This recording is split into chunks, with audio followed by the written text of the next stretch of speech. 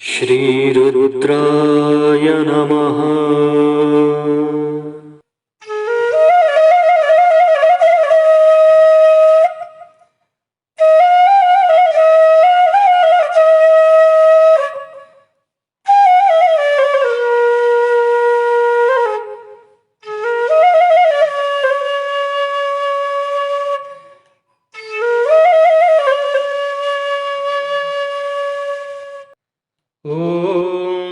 नमस्ते रुद्रमन्यव। श्री रुद्राय नमः। रुद्र ज्योतिष वास्तु अनुसंधान संस्थान के YouTube चैनल श्री रुद्रवाणी में मैं आचार्य विकास मिश्र पुनः आप समस्त दर्शकों का हार्दिक स्वागत करता हूं, अभिनंदन करता हूं। दर्शकों, इस वीडियो में बात करने वाले हैं एक बहुत ही महत्वपूर्ण बिंदु के विषय में अपन, जिसका नाम है वास्तु दोष। आपको मित्रों बहुत से संकेत नकारात्मक मिलते हैं, जीवन में संकेत पे संकेत मिलते जाते हैं, लेकिन अपन समझ नहीं पाते कि वास्तव में यह वास्तु दोष ही है क्या।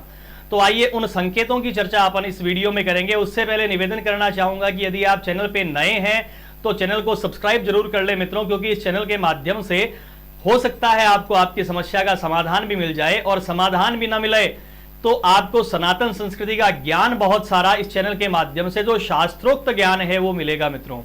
तो चलिए चर्चा करते हैं कि अपने साथ मित्रों नकारात्मक चीजें बहुत बार घटित होती हैं, बार बार संकेत मिलते हैं, लेकिन उन संकेतों को अपन समझ नहीं पाते। उन संकेतों के विषय में अपन चर्चा इस वीडियो में करेंगे मित्रों कि वास्तु दोष के क्या क्या संकेत हो सकते हैं। सबसे पहला संकेत कि घर के सदस्यों का बार बार बीमार पड़ जाना। घर में कोई ना कोई सदस्य बार बार बीमार रहता है तो यह वास्तु दोष का संकेत हो सकता है। घर में झगड़ों का बढ़ जाना, घर में यदि वैमनस्यता हो जाती है, मान लीजिए 4 सदस्य, 5, 6, 10 जो भी सदस्य आप घर में हैं, सबकी मानसिकताएं भिन्न हो जाती है, सब एक दूसरे से लड़ते झगड़ते हैं आपस में, तो वास्तु दोष का कारण हो सकता है मित्रों। लाभ से अधिक व्यय, व्यक्ति बहुत सारा कमाता है, दिन भर मेहनत करता है, लेकिन लाभ जितना भी होता है, कमाई जितनी भी होती है, उससे अधिक खर्चा हो जाना वास्तु दोष का संकेत हो सकता है। अधिक ज्यादातर लोगों की मानसिक स्थिति बिगड़ जाती है। यदि कोई मानसिक पेशेंट मेंटली पेशेंट आपके परिवार में है, यदि उस घर में रह रहा है, तो हो सकता है वास्तु दोष के कारण उसकी ऐसी स्थिति हुई हो मित्रों। घर में डर लगने लगे, सब कुछ अच्छा है लेकिन अचानक से डर लगता है घर में, तो वास्तु दोष हो सकता है।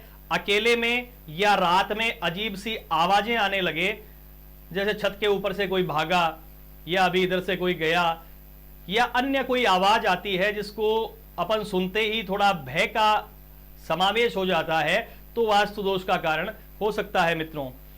चलते काम अचानक से रुकने लगे बीच में, कोई काम अच्छे से चल रहा है, अपने को पता है ये काम इस समय पे हो जाएगा, लेकिन उस काम में समय अत्यधिक लग जाना या उस काम का न होना वास्तु दोष का संकेत हो सकता है मित्रों।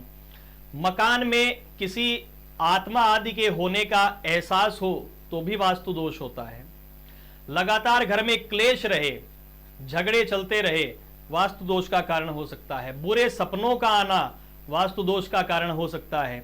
शादी या संतान में रुकावट, विशेषतः पुत्र संतान में रुकावट, या घर में यदि बच्चे बड़े हो चुके हैं तो उनका विवाह आदि न होना वास्तु दोष का मुख्य कारण हो सकता है मित्रों। घर में मन नहीं लगता, भारीपन रहता है। यदि घर में कोई व्यक्ति रहता है तो उसमें भारीपन रहेगा, मन नहीं लगेगा, लेकिन उस घर को छोड़ करके वो अन्यत्र कहीं जाता है तो उसका मन भी लग जाता है और मन बड़ा प्रसन्नचित्त हो जाता है, तो यह भी एक वास्तु दोष का कारण हो सकता है मित्रों। और भी कई कारण हो सकते हैं, लेकिन मुख्य रूप से जो कारण वास्तु दोष के हैं उन्हीं के बारे में अपन ने इस वीडियो में चर्चा करी है मित्रों। अब आगे देखते हैं कि उस वास्तु दोष को हटाया कैसे जा सके मित्रों। तो आपकी जो भी समस्या है उसके अनुरूप आपके घर को का वास्तु चेक करके उस समस्या के जड़ तक पहुंचा जाता है, तदुपरांत उस समस्या का निवारण होता है मित्रों। तो आप किसी अच्छे वास्तु शास्त्री की सलाह भी ले सकते हैं। पहले मैं आप लोगों के करने संबंधित उपाय बता देता हूं, जिससे घर की जो ऊर्जा गई है मित्रों, ऊर्जा 2 प्रकार की होती है, सकारात्मक और नकारात्मक। जब वास्तु दोष हो जाता है तो जो सकारात्मक ऊर्जा छोड़नी चाहिए जहां से, वहां से नकारात्मक ऊर्जा घर में समाविष्ट हो जाती है। इस कारण घर का वास्तु दोष अत्यधिक बढ़ जाता है मित्रों। और यह बढ़ा हुआ वास्तु दोष किसी न किसी रूप में अपने को परिलक्षित होता है, कहीं ना कहीं अपने को जीवन में समस्या जरूर आती है वास्तु दोष के कारण। तो इन समस्याओं का जिक्र मैंने किया। यदि ऐसी समस्या आपके चल रही है तो हो सकता है आपके घर में वास्तु दोष हो और उसका निराकरण आपको अवश्य करवाना चाहिए या करना चाहिए। आपको क्या करना चाहिए उससे पहले मित्रों एक शंका का मैं समाधान कर देता हूं। कई व्यक्तियों की यह शंका होती है कि महाराज हम तो 20 साल से उस मकान में रह रहे हैं गुरुजी, हमें 15 साल बिल्कुल भी समस्या नहीं हुई, लेकिन पिछले 5 सालों से हमें समस्या पर समस्या होती जा रही है, इसका क्या कारण है? तो मित्रों इसका उत्तर यह है कि जब आप उस मकान में गए, आपने गृह प्रवेश किया, आपने रहना प्रारंभ किया उस मकान में, उस समय उस मकान की ऊर्जा बहुत अच्छी थी। यानी उस भूगर्भ की ऊर्जा, मां पृथ्वी की, धरती की ऊर्जा आपके भूखंड की बहुत अच्छी थी। लेकिन इस वास्तु दोष के कारण वह ऊर्जा धीरे धीरे जो उसकी एक लिमिटेशन होती है, उस लिमिटेशन के बाद वह ऊर्जा धीरे धीरे कम होने लगती है मित्रों, खत्म हो जाती है पृथ्वी की ऊर्जा।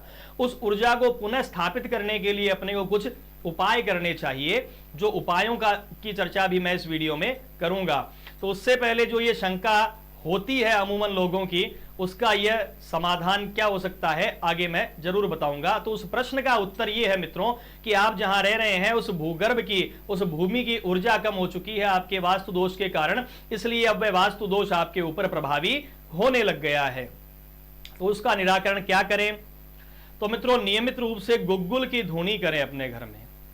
गुग्गुल मार्केट में मिलता है, गोंद के जैसा आता है, उसको अच्छे से कूट करके पीस करके आप कंडा गरम करें, गाय का कंडा होना चाहिए, उसके ऊपर थोड़ी सी गुग्गुल डाल करके पूरे घर में आप धूनी करें, उससे आपके घर की सकारात्मक ऊर्जा बढ़ेगी मित्रों।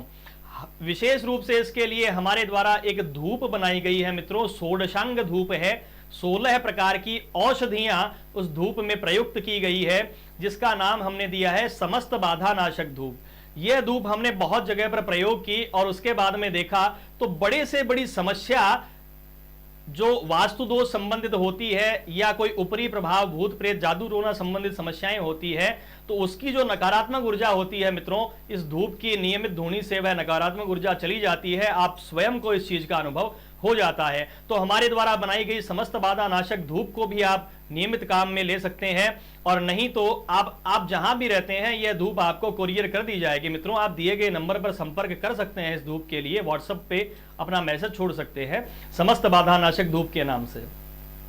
और यदि यह आप नहीं मंगवा पा रहे हैं तो मित्रों आप गुग्गुल की धूनी करें, जो बहुत अच्छी रहेगी घर में। गोमूत्र और गंगाजल को मिला करके सप्ताह में एक बार, विशेष रूप से शनिवार को आप पूरे घर में छींटे लगाएं, गोमूत्र और गंगाजल मिला करके। वास्तु यंत्र या मत्स्य यंत्र किसी शुभ मुहूर्त में घर में विद्वान आचार्य के द्वारा स्थापित करवाएं, और आप इसके लिए कुछ साइंटिफिक रेमेडीज भी ले सकते हैं। जहां की ऊर्जा कम हुई है उसको बिना तोड़ फोड़ के उसकी ऊर्जा को कैसे बढ़ाया जा सकता है, इसके लिए मित्रों साइंटिफिक वास्तु की ओर अपने को जाना पड़ता है, जो एक कुशल वास्तु शास्त्री ही आपको बता सकता है। मित्रों कई बार ये होता है कि अपन सस्ते के चक्कर में पैसा भी लगा देते हैं और अपना काम भी नहीं होता है। तो मित्रों जितना अनुभवी व्यक्ति होगा आपको उतना ही अच्छा गाइडेंस वो व्यक्ति देगा। हो सकता है अनुभव जिसमें ज्यादा हो, ज्ञान जिसमें ज्यादा हो, उसकी 2 पैसे फीस आपकी अत्यधिक लग सकती है, लेकिन आपको वहां से एक अच्छी रेमेडी मिल पाएगी मित्रों। इसलिए जो अच्छा कुशल वास्तु शास्त्री, अच्छा ज्योतिषी होता है, वो आपको एक अच्छा मार्गदर्शन दे सकता है मित्रों। इसलिए ज्योतिषी या वास्तु शास्त्री का चयन करते समय इन बातों का विशेष ध्यान रखें।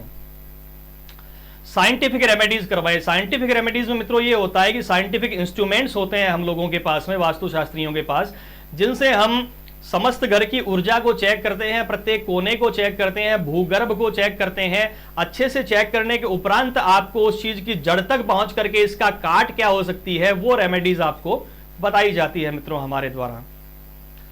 तो इस प्रकार से यह वीडियो समस्त वास्तु दोष में क्या क्या संकेत मिल सकते हैं और उन संकेतों का क्या निराकरण हो सकता है, वास्तु दोष का क्या निराकरण हो सकता है।